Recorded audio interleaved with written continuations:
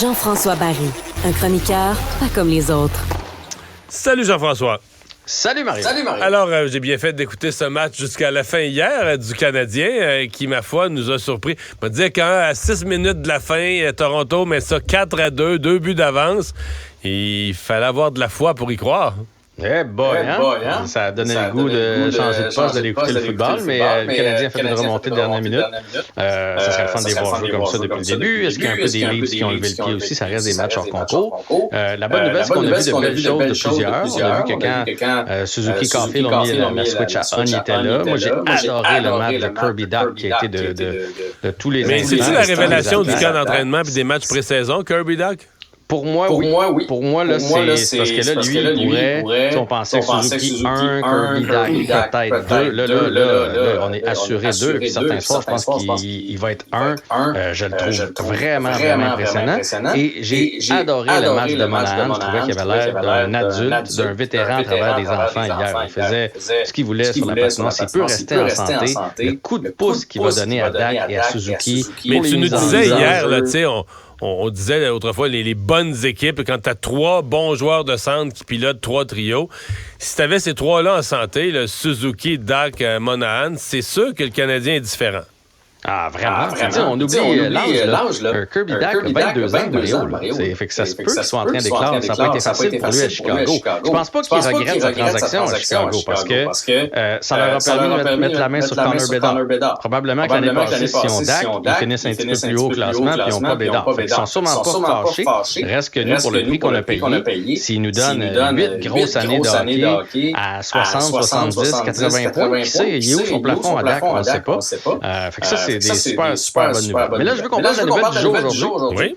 Logan Mailloux, qui a été envoyé du côté du Rocket de Laval. Je ne sais pas comment tu l'as aimé, toi, hier, mais moi, j'ai été vraiment impressionné par Logan Mailloux hier. À l'attaque.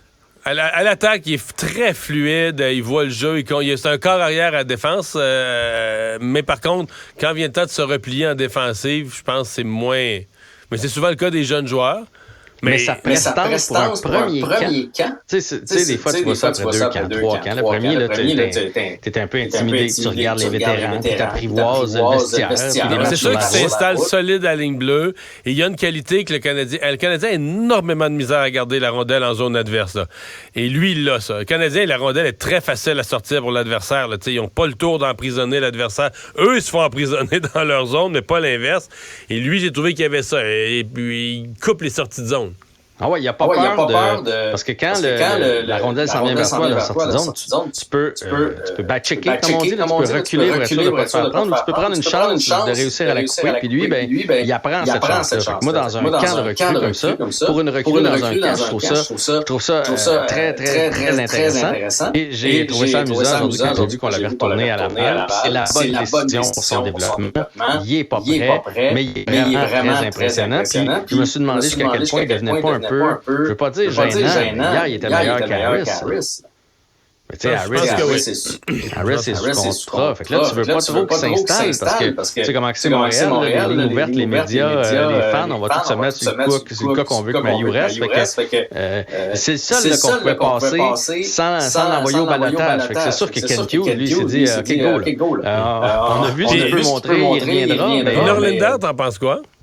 J'ai adoré Norlinder. J'ai trouvé que ça faisait longtemps, en fait, peut-être depuis Markov et Marc-André Bergeron. Je remonte à loin, qu'on n'a pas eu un gars sur l'avantage numérique qui est capable de promener la rondelle comme ça. C'est un vrai...